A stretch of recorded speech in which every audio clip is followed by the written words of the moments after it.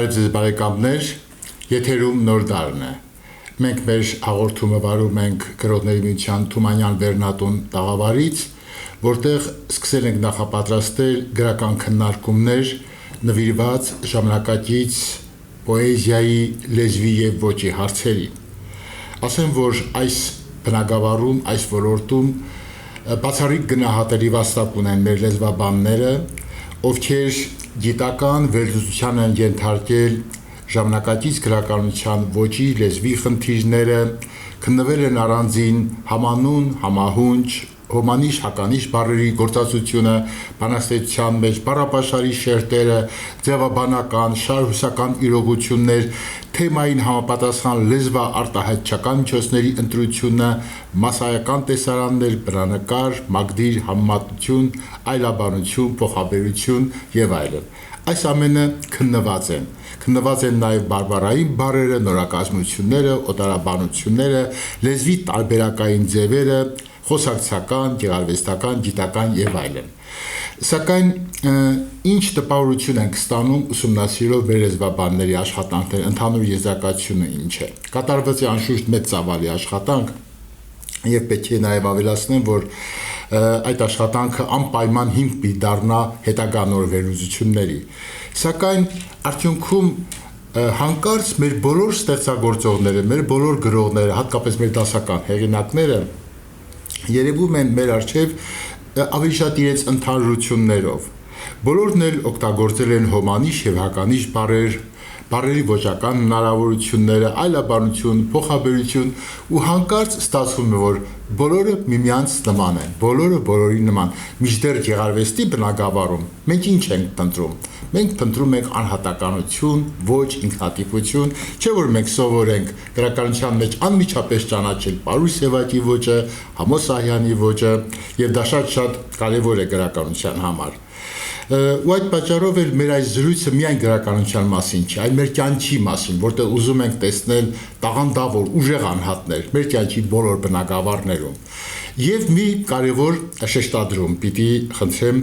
հաշվի առնենք։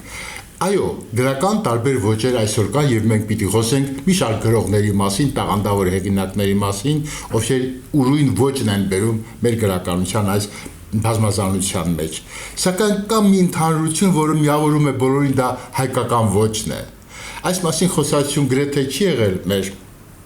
հանրային կյանքում, սակայն մենք պետք է հաշվի առնենք այդ հանգամանքը։ Այո, կա մեկ հայկական ոճ, որի մեջ գործում են նշված բոլոր ոճերը։ Այդ մասին առաջինը մեզանում խոսել է մեր մեծ գրականագետ Արշակ Չոպանյանը, որը այսի մեկնաբանություն է տվել խնդրին։ Աբովյանի ոճը, գրում է Չոպանյանը, բացարձակապես անձնական է, մոլեգնաբար արևելաձև ու հայադրոշ։ Անոնք, որ կկարծեն, թե հայ ոճը գոյություն չունի, թող Աբովյանը մոտել ուսումնասիրեն, Գրիգոր Նարեկացվույն հետ, Աբովյան ամենեն զուտ ու հզոր ներկայացուցիչն է հայ զգայնության, հայ քնարերգության, հայ բացատրության, բարական կուտակումը, կրկնությանց ու անհակ ընդլայնման ձգտումը, զգացման ծայրահեղ ջղայնությունը, բացատրությանց վայրենի ուժգնությունը, կոշտության ու փափկության տարօրինակ խառնուրդը, ծանր ու դանդաղ երկարաբանությունը եւ միանգամայն երբեմն փայլակնահանգույն արագությունն ու փայլը ահավասիկ ինչ որ կգտնենք Նարեկացին, ողբերգության Մատյանին ու Աբովյանի հայրենասերի ողբին մեջ, երկու ամենեն հայ գրքերը, որ ունենք եւ որոնց մեկը կրնած ընիլ հայ ճշմարիտ բանաստեղծությունն է։ Ինչպես տեսնում եք, Չոպանյանը շատ կարևորում է ակունքը մեր ազգային մտայնության, որ ինքը հայտնաբերել էր եւ ճիշտ էր հայտնաբերել։ Այո, հայ ոճը գրականության այն բարեբեր հողն է, որի վրա մեծ անհատականություններ ծնվեցին, մեծություններ, ում կարիքը ունենք այսօր առավել քան երբևէ։ Եթե կան մեծ անհատներ, ազգը կհաղթի, եթե չունենանք, ազգը կչքանա։ Չոպանյանը շարունակում է. Ազգերը հավաքական էակներ են, իրենց ընդարձակ ու կնճռոտ կյանքը ունին, կծնին, կաճին, կկռվին, կերազեն, կգինովնան, կթմրին ու հանկարծ նորեն կարթնանան, կմեռնին իսկ ու վերստին կծնին։ Պետք է ամենեն ավելի նայվածքը սևեռել այն էական բջիջներուն վրա, ասում է Չոպանյանը, որոնք ազգերուն շիրվածքին գերագույն մասը կկազմեն, անոր ուղեղը, այսինքն միտքի մարդերուն։ Անոնց կենթանության կամ ընդարմացման համեմատ ազգը կկայտարանա կամ կլխկի, անոնք կուտան ազգին իր կենսունակության գիտակցությունը եւ երբ անոնք լռեն, ազգը կչքանա։ Հիմա տեսնում եք սիրելի բարեկամներ, ինչ կարևոր է ոճը գրականության մեջ, այն պայթյունը ազգային մտածումին, այն պաթոսը ոչեղեն, որով ապրեցրել են հայ ազգը մեր մտավորականները։ Մենք այսօր սիրելի բարեկամներ պիտի անդրադառնանք ժամանակակից գրականության այն դեմքերին, որոնք կարևոր են ազգային նոր մտայնության ու ոճի ձևավորման առումով։ Եվ առաջին հեղինակը ում ուզում եմ անդրադառնալ մեր նշանավոր գրականագետ, գրական քննադատ Պողոս Սնապյանն է։ Տեսեք ինչ դատողություններ ունի, ինչպիսին է իր Պողոս Սնապյանի ոճը, որովհետև ինքը մի կարևոր խորհուրդ է մեզ բերում գրականության մասին, կարելի է խոսել միայն գրականության լեզվով։ Տեսեք ինչպես է գրում ինքը անվանի գրականագետը։ Աշխարհը մեր ակնոցով դիտենք, թե մեզ աշխարհի ակնոցով, նորագույն հարցերեն մեկուն մեջ մխրճվինք, թե ուզենք հնագույն երևույթը վերակենդանացնել, օրհնություն կարդանք, թե զովք, արտահայտչական արարչին օրենքը կմնա նույնը, շի կացումը, լարումը միտքին, թե հույզին, հասունությունն ու պայթումը։ Տարիները կկուտակվին իրարու վրա, բայց տարբերիչ հատկություններ ընդգծելու համար կատարված փնտրտուքները հազվադեպորեն կհանգին դրական արդյունքներու։ Կենսագրության մեջ կավելնան միայն տարիքային բաժանումները, հաշվեկշիռները եւ ոչ թե որակական նվաճումներ ու արդյունք դիմագծային առավելություններ։ Վտանգը, որ մեր կարծիքով կուգա հարազատ մշակույթին հետ հաղորդակցության սակավութենեն եւ գործը առաքելության վերածելու ճիշտին պակասեն։ Պատճառը այս է դարձյալ, որ ընթերցողին կարդացածը թարգմանչի թուղթ կթվի։ Բացառիկ է Պողոս Սնապյանի ոճը եւ միտքը, տեսեք ինչ է ասում, բոլոր գրողները նմանվում են իրար, գրում են իրար նման ու շատ հաճախ նրանց գործը թարգմանության տպավորություն է թողնում։ Ինչից է սա գալիս։ Հարազատ մշակույթին հետ հաղորդակցության սակավութենեն եւ իրենց գործը առաքելության վերածելու ճիշտին պակասեն։ Ուղղակի դասագիրք կարող ենք անվանել ժամանակակից գրականության այն ինչ որ մեզ ներկայացնում է Պողոս Սնապյանը եւ շարունակում է. քիչ մը դժվար է կարդալ, հետևիլ, հաղորդվիլ մեկումը խոհերուն, որ հերու մնացածը լա մեր ապրող ժառանգության կեցուցիչ շուտերեն, պատվաստային համեմատությամբ չզգացվին իր մեջ բանաստեղծության պարագային, նարեկացի, վարուժանի փայլատակումները, արցակի մեջ Աբովյանի, Օշականի սուզումները, հրապարակագրության մեջ Զարդարյանի, Շուշանյանի թևաբախումները, ինչպես ծնող էակը, ինչպես բխող ջուրմը, ծլարցակ ոստմը, նույնպես եւ գրված էջը կամ արտասանված խոսքեր պետք է հող ունենան, մտնոլորտ եւ ապախոսին, կարկաչեն, ծաղկին, որպեսի հասնին գրարման իրենց նպատակին եւ ընկալվին դրսեւորման իրենց մղիչ պատճառներով, այլապես վաղը նորից կրնակրկնվի նույն երևույթը, եկողը կշփոթվի գացողին հետ եւ ավելի դժբախտ օրը բոլորս բոլորին հետ։ Սա է բարեկամներ այն կարևոր խոսքը, որը բերում են մեր գրողները, Պողոս Սնապյանին շնորհակալ ենք այն բանի համար, որ ստեղծեց մի գրականագիտություն, քննադատական մի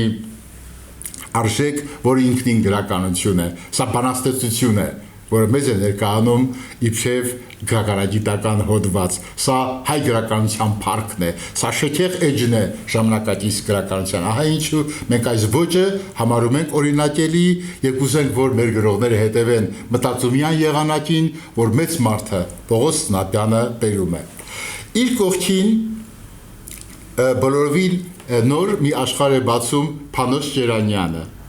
մի զարմանալի հեղինակ, որը անտեսաններին տեսնելու կարողություն ունի։ Ինքը փնտրում է լռության ձայներ, կարդում է լռության ձայներ, այնինչ մենք չենք լսում, ինքը բացահայտել գիտի։ Տեսեք, Փանոս Ջերանյան, հյուղակը, իրիկնաբեր հոտերու պես, երբ շուքերը վերադառնան, հորիզոնի բացատներեն անաղմուկ, երբ ինքնակոչ հյուրի նման երեկոյան ստվերները տանը սեմին հայտնվին, երանի կսեմ, բարձունքներուն մայրամտող հյուղակին, գիշերն հազիվ բոլորած, անոր համար արեգակը իրան սահման հերուներեն պիտի պոտա ընծայելու ամենաթանկը կյանչին։ Նրբին բանաստեղծության սքանչելի օրինակներ է վերում Պանոս Ջերանյանը, դուք տեսակ, երբ իմ հյուղակի մեջ իրիկունը շուքերը վերադառնում են ու հայտնվում են ստվերները տանը սեմին, երանի կսեմ, այսինքն կցանկանամ, կերազեմ բարձունքներուն մայրամտող հյուղակին, բարձունքներին գտնվող հյուղակին, որտեղ արեգակը իր անսահման հեռուներեն պիտի փութա ընծայելու ամենաթանկը կյանքին, մեր իղծն է, մեր բաղձանքը, և Պանոս Ջերանյանը սքանչելիորեն արտահայտում է այդ նրբինությունը, մենք պիտի կարողանանք այո նուրբ հոգեկան աշխարհ ձևավորել մեր հարության մեջ, ուրիշ միջոց չկա, բացի բանաստեղծությունից։ Հաջորդ գործը, որ ձեզ եմ ներկայացնում, իդեպ այս գործերը նոր գործեր են, որ առաջին անգամ է ներկայացնում մեր հաղորդաշարը, Հիրիկը։ Լճի ափին խորասուզված քնքուշ ծաղիկ, կապույտ հիրիկ, զով կսպասես այսուր ժամին։ Ծաղկի հետ զրույց ծաղկի հետ, երբևէ ժամանակ գտել եք, այս աղմուկից դուրս եկեք, գնացեք դաշտեր, գնացեք հովիտներ, բացատներ, գյուղեր գնացեք, զրուցելու համար ծաղիկների հետ, կամ հաջորդ գործը, ընդմիջված լռություն, Սեբաստիայեն բանդխտության տանող ճամփուն շիրի մկա, երկու տողեր, քար լռություն ընդմիջելով լուր կաղերսեն, ով անցորդներ, և կմեկնիկ օտարության դաժան հեռուն, երբեմնի ձեր տունը շնշող դուք չմոռնաք։ Երբեմնի ձեր տունը շնշող դուք չմոռնաք, արդիական այսօր հայ մարդու հետ խոսող բանաստեղծություն։ Իդեպ պիտի ասեմ, որ Պանոս Ջերանյանն նաև այս ոճով ընտրում է հեղինակներ թարգմանության համար և մի քանի արտահայտություններ ձեզ պիտի ներկայացնեմ, հեռացող գառնան ետևեն, թռչունները կկանչեն, ձուկերուն արցունքները աչքերը արցունք հոտեն, կամ ծղրիկներն ալ կմահանան, իրենց ճիչը սակայն ոչինչ կսե այդ մասին։ Ասելի բարեկամներ, ինչ սքանչելի աշխարհ է բացում, ինչ ոճ է բերում հեղինակը, այս ոճով մենք իրեն կարող ենք տարբերել։ Կարո Արմենյան, մեր բանաստեղծության ամենից ինքնատիպ ձայներից մեկը, որ առանձնանում է իր ուրույն ոճով, անհատականությամբ, ասելիքով։ Իդեպ պիտի ասեմ, որ մեծարգո հեղինակը ինքն իր մասին երբեմն խոսում է իր իսկ բանաստեղծության մեջ։ Ահավասիկ ես, գրում է Կարո Արմենյանը, որ վերստին կհայտնվիմ ձեր կասկածոտ ու պախխցիկին առջև, և կուզեմ, որ ճանչնակ զիս։ Այս սա է հենց այն լուրջ խոսակցությունը ոճի մասին, որը մենք սկսել ենք։ Կուզեմ, որ հասկնաք, թե երկար էր այս ճամփան ու դարձիկ, կուզեմ, որ գիտնաք իմ ինքնությունս, իմ քայլերես։ Շատ կարևոր հատվածներ ենք ընտրել ձեզ ներկայացնելու համար, որտեղ փայլում է ուղղակի բանաստեղծի ինքնատիպ ոճը։ Իմ անունս մի փնտրեք ձեր խառնափնթոր ցանկերուն մեջ, ձեր տոմարները չեն կրնար պարփակել զիս։ Համակարգերը անզոր են իմ ինքնությունս համակարգելու,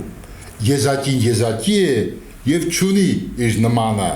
անպիտի ապրի բոլոր ընդունված չափերեն անդին, որպես խոտոր համեմատություն։ Ես հոս եմ, ես հասած եմ հոս, արտվան այս ժամուն, երկինքներեն իջած կարոտաբաց որդիի մպես իր հոր պատգամին անսալով, վերագտած է իր տունը, ես ծանոթն եմ և անծանոթը, ես հարազատն եմ և օտարը, ես անսուտ իրողություն եմ և կասկածելին, ես անանունն եմ և այն միակ անունը, որ դուք վաղուց կփնտրեք գիշեր ցերեկ, քուն թե արթուն, հետախուզության, հակահետախուզության, բոլոր հայտնի ու անհայտ զենքերով։ Սիրելի բարեկամներ,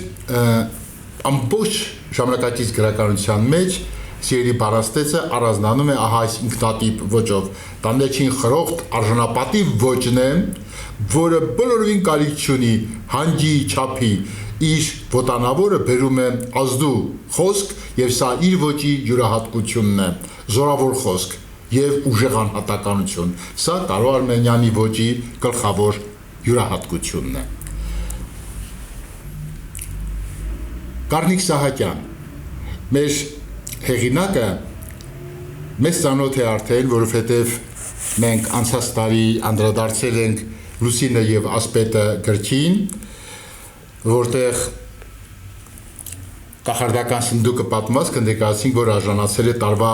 լավագույն պատմվածք մրցանակի։ Այսօր ես պիտի ներկայացնեմ սիրելի հեղինակի նոր աշխատությունը, նոր գիրքը, որը այնքան էլ նոր չէ, որովհետև լույս տեսել տարիներ առաջ, վերջերս հրատարակվեց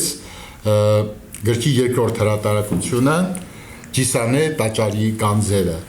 Երկու գիրք եւ երկու տարբեր ոճեր։ Առաջին գրքում, որը մեզ արդեն ծանոթ է, Լուսինը եւ Ասպետը, մեր արչեւ զուսպ հեղինակն է, որը բարերը հատ-հատ գործածելով, ինչպես Ստեփան Զորյանը, հասնում է շատ տպավորիչ արդյունքի։ Նրա հայրենը զուլալ է, զնգուն, մակտիրներ, էպիտետներ գրեթե չի գործածում, բայց կարողանում է հասնել տպավորիչ արդյունքի։ Սա Գառնիկ Սահակյանի սքանչելի ոճն է։ Ջիսանե Տաճարի գանձերը վեպը յուրահատուկ է նրանով, որ գրված է նամակագրության հենքի վրա, իր պատումի առանցքը նամակագրությունն է։ Իրար երկու բարեկամներ նամակ են գրում եւ վիպական գործողությունը զարգանում է հենց այդ նամակների մեջ։ Սա մեր գրականության մեջ անշուշտ արդեն ավանդական դարձած պատումի եղանակ է, որը Նարդոսից է մեծ ծանոթ եւ այլ հեղինակներից, սակայն Գառնիկ Սահակյանի ստեղծագործության մեջ այս ոճը հասել է մի անօրինակ բարձունքի։ Իսկապես լուրջ գեղարվեստական արժեքի հետ մենք գործ ունենք։ Սա պատմություն է մարդկանց մասին, որոնցից յուրաքանչյուրը ապրում է իր առասպելի մեջ։ Մեկի առասպելը մեռած աստվածների մասին է, մյուսինը ապրող։ Վեպի հերոսներից մեկը Դավիթը իր նամակներում պատմում է ընկերների ու սիրելի մարդկանց մասին, որոնք վերադառնում են եւ փնտրում կորած գանձերը, Ջիսանե Տաճարի գանձերը։ Եվ ճանապարհը բաց է, այս ճանապարհը որոնումի դեպի կենացար տանող առասպելի որոնման ճանապարհը բաց է բոլորի համար, ովքեր վերադառնում են դեպի իրենց ակունքները, քանի որ իրական դրախտը մեր հոգու մեջ է։ Մենք ինքներս ենք մեզ վտարում դրախտից այն օրը, երբ մեղանչում ենք ինքներս մեր դեմ։ Կենացարը հարության խորհրդանիշն է, հարություն ոչ թե մեռածների համար, այլ ապրողների, որովհետև մեռած են ոչ թե նրանք, որոնց կյանքի ժամանակը վերջացել է, այլ նրանք, որոնք ապրում են, բայց կորցրել են իրենց կյանքի առասպելը։ Վեպի հերոսը ցանկանում է, որ յուրաքանչյուր մարդ հասնի իր կենաց ծառին եւ վերածնվի իր հոգու տաճարում։ Բացառիկ հետաքրքիր գրքեր մենք գործում ենք սիրելի բարեկամներ, ես ես հորդորում եմ ահա փտրել այս գիրքը, մենք գրքից բազմաթիվ օրինակներ արդեն հատկացրել ենք մեր ազգային գրադարանին, այնտեղից դուք կարող եք կարդալ, եթե կլինեն մարդիկ, ովքեր կցանկանան ունենալ օրինակներ, համեցեք Նոր դար, համեցեք գրողների միություն, մենք ձեզ սիրով կընծայենք հնարավորություն ծանոթանալու այս գրքին։ Դավիթ Ասատրյան, սիրելի բարեկամներ, մեր արդի գրականության անչափ դեմքերից մեկը Դավիթ Ասատրյան, տաղանդավոր հեղինակ, որ արդեն հաստատել է իր տեղը ժամանակակից գրականության մեջ, նրա շատ ստեղծագործություններ մնայուն արժեքներ են եւ քննադատությունը արդարացիություն բարձր է գնահատում երիտասարդ հեղինակի դերը, տեղը մեր գրականության մեջ։ Բայց հետաքրքիրն այն է, որ մեզ հետաքրքրող թեմային գրական ոճին ստեղծագործական յուրահատկության ինքնատիպությանը բազմիցս անդրադառնում է Դավիթ Ասատրյանը։ Իր մեջ կա բողոք արդի գրական ձևախեղումների դեմ։ Ահա մի հատված ձեզ պիտի ներկայացնեմ սիրված հեղինակից։ Իմ լեզուն անցյալից է գալիս, գրիչս անցյալից եմ առել, եւ ինչքան էլ առաջ եմ գալիս, չի լինում այս նորով վառվել, չի լինում առաջ ընթանալ, չի լինում պոկվել անցյալից, չի լինում մի վարքյան վերանալ Չարենցից, Քուչակից, Սահյանից։ Մի բան կարող եմ միայն անել, ծափահարել տաղանդավոր հեղինակի այս քանչելի մանիֆեստի համար, այո, սա մանիֆեստ է, ընտիր բանաստեղծություն եւ մանիֆեստ, որ հենց մեզ հետարժող հարցի շրջանակներում շատ կարևորություն է ձեռք բերում։ Այո, մենք պիտի կարևորենք ոճը եւ գնանք դեպի հայ գրական ոճի ակունքները։ Ահա ինչու հեղինակը խոստովան իմ լեզուն անցյալից է գալիս։ Սա շատ կարևոր անդրադարձ է մեր գրականության մեջ։ Սուսան Նաղազարյան, տաղանդավոր բանաստեղծուհին, արդեն բազմաթիվ գրքերի հեղինակ, սիրված հեղինակ, ժամանակակից բանաստեղծության, ժամանակակից գրականության մեջ առանցքային դեր ստանձնած անհատականություն, եւ այսօր եթե մենք գրական աշխուժություն ենք նկատում մեր գրական կյանքում, ապա գործոն ուժերից մեկը անշուշտ Սուսան Նաղազարյանն է, որը ոչ միայն ինքն է ստեղծագործում, այլև գրական կյանք կազմակերպելու բացառիկ հատկություններ ունի։ Ես ձեզ պիտի ներկայացնեմ մեկ ստեղծագործություն, որը շատ արդեն նշանավոր է դարձել, եւ այստեղ թեման այն է, ինչ որ մեր այսօրվա զրույցի հիմնական առանցքն է, ոճը, բառը բանաստեղծության մեջ։ Տեսեք, ինչպես է ներկայացնում իր իսկ ոճը, ոչ միայն ստեղծում է յուրահատուկ ոճը, կրքոտ, ուժեղ ոճը, այլև խոսում է այդ ոճի մասին։ Իդեպ մեր քննադատության մեջ արդեն հաճախ են Սուսան Նաղազարյանին անվանում արդի հայ պոեզիայի թռչուն հոգին, իսկապես իր մեջ շատ ոգեղեն, բարձր մի բան կա, որը գրավում է մեր ընթերցողին այս համատարած գորշության մեջ, այո, պիտի բարձունքներ լինեն։ Իմ բառերը դաշույնի պես պիտի փայլեն, սրալեզու թրի նման կտրեն պիտի, ես չեմ եկել անտյուններում կուչ գամ, լռեմ, թող իմ բառը ճշմարտության հուրը լինի։ Տեսեք ինչ որակումներ է տալիս այն ոճին, որի հետևորդն է ինքը։ Բառը դաշույնի պես, սրալեզու թրի նման,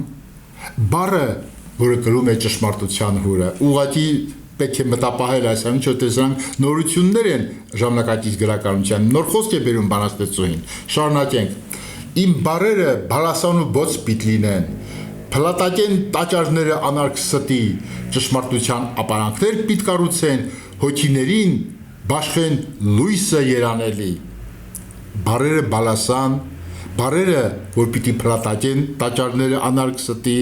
բառերը, որ պիտի կառուցեն ճշմարտության ապարանքներ, բառերը, որ պիտի բաշխեն լույսը երանելի։ Սքանչելի է ուղղակի, այն ոճն է, որը արդի գրականության մեջ հիմնական ճանապարհի դառնա։ Եվ վերջին բարբերությանը անդրադառնանք, խենթ բառերս պիտի հնչեն ամեն բեմից, կուլիսներում թող պահ մտնեն առնետները, չեմ վախենում ես մահացու կախաղանից, թող հավերժի ինչ Չարենցյան խիզախ ջենը։ Ես շատ գնահատում եմ երիտասարդ հեղինակի այս մղումը գնալ դեպի դասականներ, այո, ինքը ուսուցիչներ ունի հայ դասական գրականության մեջ եւ բնական է ու ճիշտ է ու միակն է իր ընտրածուղին եւ իր խենթ բառերը գալիս են Չարենցի խիզախ ջենից։ Սա իր հաջողության հիմքերից մեկն է, ինչը շատ կարևոր է եւ ես վստահ եմ, որ երիտասարդ բանաստեղծուհին շատ մեծ հեռանկարներ ունի նոր խոսք բերելու, նոր խոսք ասելու, ինչին մենք սպասում ենք իր ամեն գրքի առիթով։ Մանե Ռուշ Մկրտչյան։ Սիրելի բարեկամներ, Մանեն ապրում է Սփյուռքում, Գերմանիայում եւ հրատարակեց ժամանակ առաջ մի գիրք, որը ճանաչվել է տարվա լավագույն գիրք, խոսքը 100 արտահայտություն, որոնք կփոխեն ձեր կյանքը գրքի մասին է։ Սքանչելի աշխարհ է, որ բացում մեր առջև Մանեն, սա արձակ է, բայց յուրահատուկ արձակ։ Այստեղ մենք տեսնում ենք հեղինակին, որը հիանալիորեն տիրապետում է հայոց լեզվին, իր շարադրանքը պարզ, մատչելի ձևով մեզ է բերում մեծ գաղափարներ։ Յուրաքանչյուր փոքրիկ պատմվածքից կամ պատումից հետո կա փոքրիկ բացատրություն, ինչ խորհուրդ ունի այս արտահայտությունը։ Խոսքը 100 արտահայտությունների մասին է, որ դուք կարող եք գտնել այս գրքում։ Հայաստանյան շոկ ամառ էր, գրում է Մանեն։ Դպրոցական արձակուրդներ արդեն սկսվել էին եւ մեր միակ զբաղմունքը գիրք կարդալն էր։ Ամեն մի արտահայտություն հիասմունք է առաջ բերում եւ ուզում ես ապրել այն կյանքով, որը հեղինակը ներկայագրում է։ Այստեղ իր ընտանիքի անդամներն են՝ տատիկը, հայրիկը, մորաքույրը, եւ Մանեն իմաստնություն մեզ բերելու համար չի կարդում եվրոպացի հոգեբանների աշխատություններ, չի արտագրում ոչ մեկից ոչ մի խոսք, այստեղ ուսուցիչները իր հարազատ մարդիկ են, իր հարազատ մարդիկ։ Եվ օրինակ, որ ժամին տատիկիս տուն մտնեիր, ձերքին գիրք կար, ամբողջ օրը կարդում էր։ Ես մի քանի անգամ այսօր ուզում եմ կարդալ եւ երազում եմ, որ մեզանում նորից վերականգնվի այդ ավանդույթը, որ ժամին գնանք մեր տատիկի տուն, տեսնենք տատիկին ձերքին գիրք կա, կարդում էր։ Հիշում եմ անգամ նրա ակնոցը, մի պոչը կոտրված էր, գրում է Մանեն, 80 տարեկանում կարողանում էր կարդալ եւ սովորել։ Այսպես է խոսում իր տատիկի մասին։ Պատմում եմ, մենք չարություններ էինք անում փոքրիկներով, գնացել են տատիկի տուն հյուր, գնացել են գյուղ հյուր, չարություններ են անում եւ երբեմն բարկացնում են տատին, երբեմն նաեւ տատիկը վիրավորվում է։ Քեզ բարկացրի տատ, ասում է թորնիկը տատիկին, մտածելով որ իրոք որ տատիկ կարող է իրենց պատանեկան չարություններից վիրավորվել։ Տատիկը հանգիստ տոնով պատասխանեց. ինձ բարկացնողը դեռ չի ծնվել։ Ինչ էլ ասես, անես չանես, մեկ է, ես եմ որոշողը, բարկանամ, թե չբարկանամ։ Մեծ խորհուրդ կա այս փոքրիկ պատմվածքի մեջ եւ Մանեն բացատրում է. ինքնիշխանություն, մաքուր խիղճ, պատասխանատվություն սեփական գործողությունների համար, ահա թե ինչ խորհուրդ ունի այս փոքրիկ պատումը։ Սրանք շատ թանկ արձակեջեր են եւ անպայման ես խորհուրդ եմ տալիս այս գիրքը կարդալ, ընթերցել եւ մտորել տաղանդավոր հեղինակի հետ։ Երբ աստղեր ընկնում, մայրս ասում էր. աստղ ընկավ, երազանք պահեք։ Մենք սեղան ենք դրել եւ հայրս առաջին կտորը տատիկիս մեկնեց։ Ամեննախդասությունը կարևոր է։ Հայրս առաջին կտորը տատիկիս մեկնեց։ Իսկ տատս ուներ չուներ մի ատամ ուներ։ Երեխաներն են թորնները ծաղրում էին տատիկին, այդ մեկ հատիկ ատամի համար, ասում էին քո քերիչը։ Եվ տատիկը կրկին չէր վիրավորվում, բայց խորհուրդ էր տալիս. եղել եմ քո չափ, կլինես իմ չափ։ Ինչ խորհուրդ ունի այս արտահայտությունը։ Մանեն բացատրում է. կարեկցանք, հարգանք, իրականությունը ընկալելու կարողություն։ Ահա սիրելի բարեկամներ, ինչ տաղանդավոր գրքի հետ մենք գործ ունենք, շատ բարձր եմ գնահատում Մանե Ռուժ Մկրտչյանի այս կատարած աշխատանքը եւ հատկապես այն, որ նա մեզ է բերում իմաստնություն, կյանքի դասեր քաղված հենց մեր մեծերից։ Այստեղ մեր ուսուցիչները օտար մարդիկ չեն, այլ մեր տատիկներն ու պապիկները, մեր մայրերն ու հայրերը, մեր ծնողները, մեր հայ կյանքը, որը իր մեջ ամբարած բազում հարստություններ ունի։ Հռիփսիմե Ասատրյան, մեր բանաստեղծության ամենից հետաքրքիր դեմքերից մեկը, որը շատ բնական ճանապարհով մտել է գրականություն եւ այստեղ բացում է իր արահետը։ Սա շատ գնահատելի է։ Երիտասարդ հեղինակը ինքն իր համար ճանապարհ է բացում եւ իր ասելիքը նոր է եւ իր բովանդակությունը նոր է։ Փորձեմ ձեզ ներկայացնել իր բանաստեղծական ոճի յուրահատկությունը։ Նա Նեմրութի գագաթներից երկիր է իջեցնում հայոց աստվածներին եւ ասում է եկեք հայոց աստվածներ, դղրդալով քայլեք հողիս վրա ու թող ձեր հուշկու քայլվածքը, ձեր ձայնը զորեղ արթնացնի մեր մեջ, մեր հին ոգին հայկական։ Այս է մտածում բանաստեղծը եւ շատ բնական եմ համարում, երբ իր նոր գործերի մեջ, հատկապես նոր գրքից մի հատված պիտի ձեզ կարդամ, որը հիմա գրողնեություն տպագրության է պատրաստել, բանաստեղծություն, որտեղ ներկա է Գարեգին Նժդեհը։ Նժդեհն ինձ ասաց. երբ ելնես մի օր դու մեծ պայքարի, կյանքդ մի դարձրու զուտ գոյի կռիվ, քո գոյից բարձր գաղափարների պերճանքը վսեմ, հոգուտ մեջ կրիր, ուստի ձուրիր դու պողպատը ժայռից, ու զենքեր կռիր ու հոգի ամուր, խուստուփին հավետ թողարծիվ թարի, իր կծին առած հայոց արշալույս։ Շատ շնորհակալ եմ Սիրելի Հռիփսիմե Ասատրյանին այս խոհերի համար, որոնք նորություն են մեր ժամանակակից գրականության մեջ, անասելիք, դատարկ խոսքի, անասելիք պոեզիայի, անտիպոեզիայի այս մթնոլորտի մեջ, ահա երիտասարդ հեղինակը բերում է նոր ոճի, նոր ոճ, որը անպայման կգնահատվի եւ արդեն իսկ բարձրորեն գնահատվում է գրականության մասնագետների կողմից։ Աբել Սևունցը մեր գրական աշխարհի ամենաերիտասարդներից մեկն է, դերդպրոցական, եւ արդեն հասել է շատ նկատելի հաջողությունների։ Փորձեմ ձեզ ներկայացնել իր ոճի յուրահատկությունը։ Իր մեջ կա մի զորավոր ոճի, որը կամաց բացում է իր թևերը։ Իր մեջ կա նաեւ հրահանգ տվող ոճի։ Ուշադրի լսենք բանաստեղծին։ Այրիր վարսերդ արևահրով, խառնիր արյանդ գաղտնիքը հողի, դաջիր ճակատիդ քայլվող սրով, անավարտ երթումն ամեն կռվողի։ Երկրից ճակատին ամպեր են կախվել, անձրև է մաղում հավիտենաբար, անշարժ վարքի մեջ դարեր են բախվել, երկինքն է դողում, բայց կայծակ չկա, լվա աչքերդ վաղորդյան շաղով ու կապիր բասկիտ աստղերը երկնի, քո ցուրտ օրերի արևահյութը, կլանիր քո մեջ հանցխայծուն խաղող, որ թնդանաս հանցրաբոր ջինի։ Ասելիք ունեցող բանաստեղծ, որը հասել է տպավորիչ ոճի, ինքը տարբերվում է ժամանակակից հեղինակների մեջ, իսկ այս 4 տողերը, որ իմ ամենասիրած տողերն են, ինչի համար ես երիտասարդ հեղինակին հատնում եմ շնորհակալություն, սիրուց դրդված ուզում նորից կրկնել ձեզ համար սիրելի հեռուստադիտողներ, որ տեսնեք, թե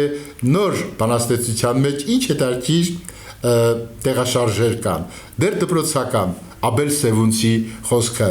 այրիր վարսերդ արևահրով, խառնիր արյանդ գաղտնիքը հողի, դաջիր ճակատիդ քայլվող սրով, անավարտ երթում ամեն կռվողի։ Եվ մեր զրույցի վերջին հեղինակը ուզում եմ ներկայացնել Սարգիս Հայենց, էլի երիտասարդ հեղինակ է, գրական առաջին փորձերն է կատարում եւ շատ գնահատելի է հավատարմությունը դասական գրականության ավանդույթներին եւ իր ոճը, որ հիմա դուք կտեսնեք, իր մտայնության, իր մտածողության եղանակը։ Աղոթք հրեշտակին, մթության մեջ վերջին լույսը մարեց, ասա երանելի, ով հրեշտակ, ձայնիր ձայնդ լսեմ, աղոթքներդ շիտակ եւ հասկանամ ինչու լույսը մարեց, մթության գորշ ու մռայլ պատկերներում առաջվա պես չկան ճելմակ աղավնիներ եւ ագրավներ են հար նրանց դիվահարում, որ չլինի երբեք խաղաղ կյանքի պատկեր, մթության մեջ վերջին լույսը մարեց, ձայնիր երանելի, ով հրեշտակ, շողակաթով ճերմակ, ժենքի շարաչ երջիր ու խրացրու ձայնն այս ագրավների, արտիական է իր խոհերը, իր մտածումը եւ իր ոճը, որ ինքնատիպ է ու տարբերվող։ Խաչակրած ձայնով, մթամոլոր այգում մարախուղը գրկած, ես քայլում եմ ինչպես մի խաչակիր, սև հագուստը հագած եւ բոբիկ ոտքերով քայլում դեպի լույսը, անծայրացիր, ինձով կասի ինչու, ինձով կասի ինչպես, ինձով կասի թե այդ ուր ես գնում, որ ճամփեքով անցար, որ ճամփեքով կանցնես, ինձով կասի դու չես խնայում, իմ ժողովուրդ, իմ տարաջիր մանուկ, ես չեմ ուզում վերջին երգը երգել, քո խոցոտված սրտից դեռ արյուն է կաթում, դեռ մենք դուրս չենք եկել անապատից, եւ օրերը գալիս կան են առնում մի պահ, դեմ հանդիման բանաստեցի սրտին, եւ երգում է անverջ խաչակիրը հմա, հուսո մի շարական ծոնված հողին։ Սիրելի բարեկամներ, հուզումնալից ճանապարհ անցանք արդի պոեզիայի արահետներով եւ շատ ոճեր ունենք դեռ ձեզ ներկայացնելու, բայց մի բան ակնհայտ է, բոլոր այս տարբեր հեղինակներ իրենց տարբեր ոճերով միանում իահյուսվում են, մի են դառնում, ամբողջանում են մեկ ընդհանուր գրական հայկական ոճի մեջ։ Այո, գրականության մեջ կա հայկական ոճ եւ մենք նրան հավատարիմ ենք մնալու։ Այս ճանապարհը ինչ կտա մեզ։ Ճանապարհ դեպի նշանավոր անհատականություն, ճանապարհ դեպի տաղանդ, որը շատ անհրաժեշտ է մեր կյանքում, պիտի մենք ունենանք տաղանդավոր զինվորականներ, տաղանդավոր գիտնականներ, այս է հուշում մեզ մեր արդի բանաստեղծությունը իր ինքնատիպ յուրահատուկ ոճով։ Ես ուզում եմ գնահատել մեր հեղինակների այս ընտրած ճանապարհը, որով մենք տեսնում ենք ահա մի նոր որակ մեր բանաստեղծության։ Կարդացեք արդի գրականություն, սիրելի բարեկամներ։ Ես ձեզ ասում եմ ստեսություն, մինչ որ հանդիպում։